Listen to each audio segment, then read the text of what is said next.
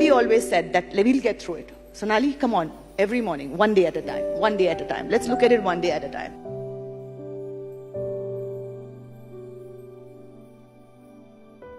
Hair and the looks have, for me, been my bread, butter, jam. I said when I go there, one thing that I don't want is pity and sympathy. That's one thing I do not want from anybody.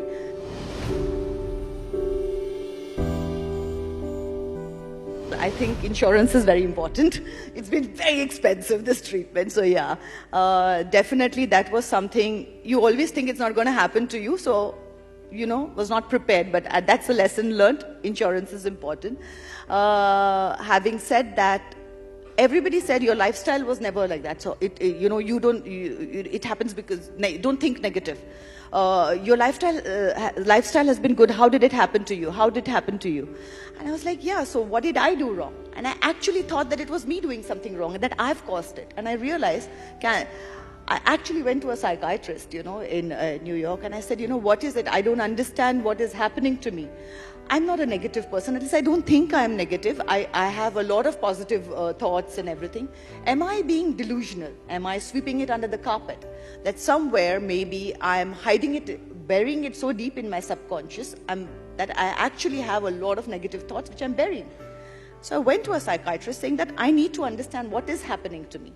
And the line that he said is something that, is the hoarding, so to say, for me in my life. He said, Sonali, cancer is caused by genetics or by virus. And if thoughts could cause or cure cancer, I would be the richest man on this earth because I deal with thoughts. And it was like a weight was lifted off. I said, okay, I think I can deal with this. I don't have to flog myself because I was doing that. Somewhere I kept going into it thinking that, what did I do wrong? What did I do wrong? And I realized that it's not, we've done nothing wrong if we've got this disease. It's either a genetics or it's a virus. There are different types of cancer. It's under one word, cancer, but every cancer is different. The symptoms are different.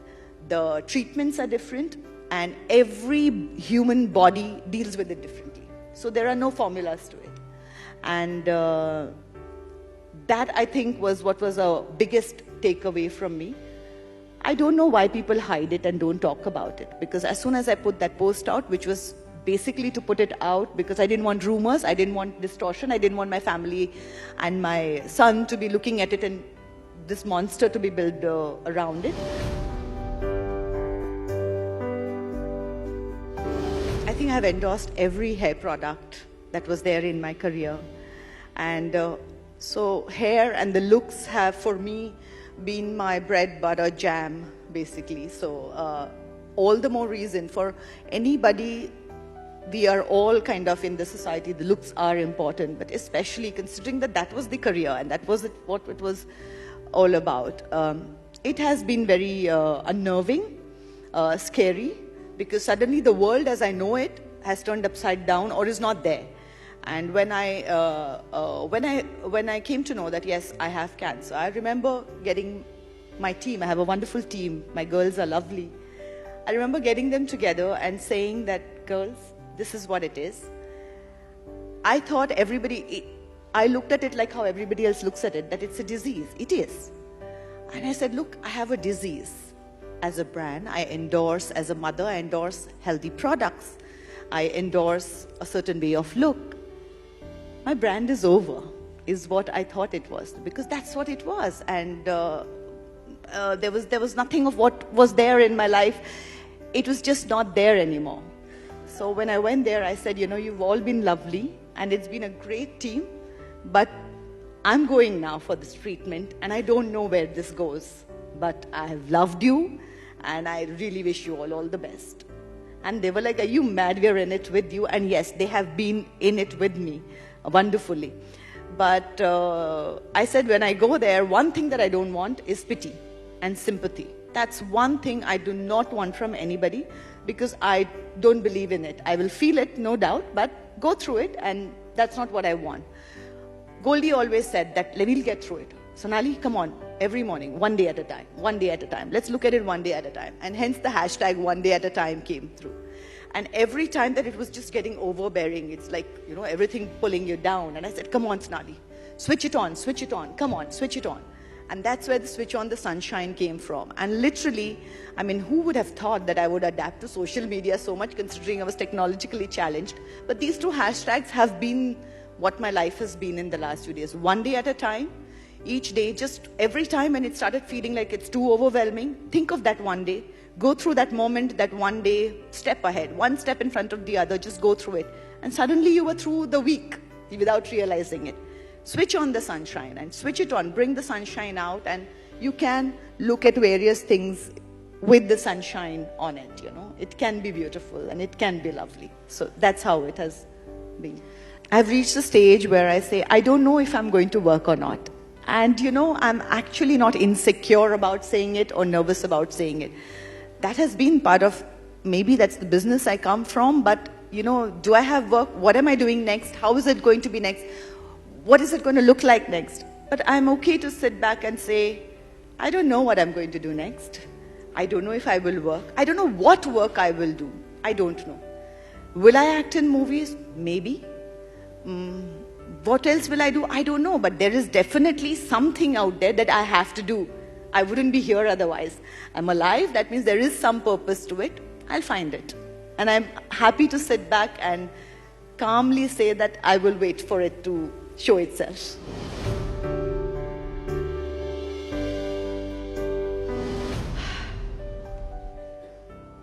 Every time I feel fearful of something now, I make it a point to go and do it. Because fear no longer has any place in my life.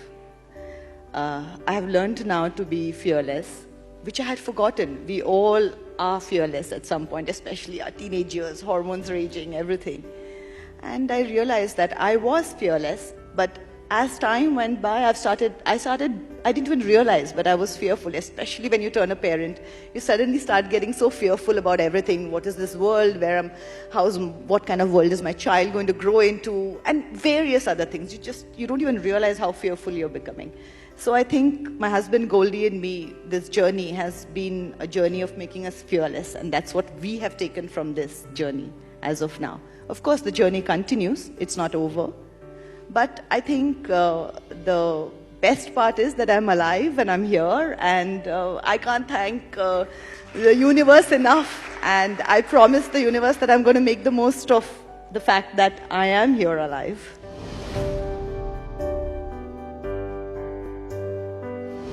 I think chemo was hard, no doubt about it, those couple of days after it, but the toughest part was post the surgery. I had gone in there thinking I would do robotic surgery, so there would be 2 incisions. The cancer had spread so much that the doctor said there's no way it can be robotic, we need to open you up. So I have a scar which is about 20 inches on my midriff. And suddenly I started getting so hyper about this scar on my body. And that was somewhere I was so frightened of it. I really thought that I don't know if I go under anesthesia, am I going to come back or not? And I realized, yes, the scar was there, but that was also my fear, and I was just not voicing it. So I did voice it. My sister, when she hugged me when I was going, I said, don't be dramatic, I'm coming back. And she said, yes, I know you are. I said, so, see you on the other side. But believe me, that part, I've been through a lot of physical pain in this journey, but that part, that, mentally, that I might not be coming back, I might not be there for my son, for my family, was more painful for me than anything else. And that, I think, was a very, very difficult time. I was happy when I came out of it and I was in a hospital room and I'm like, yeah, I'm alive.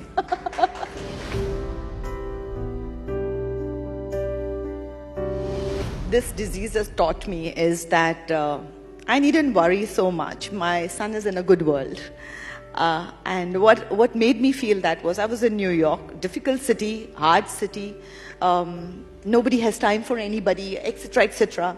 And yet, mainly, I'm a nobody there. Nobody really knows me there. If in India something is happening, I'm a known face to whatever degree that it is.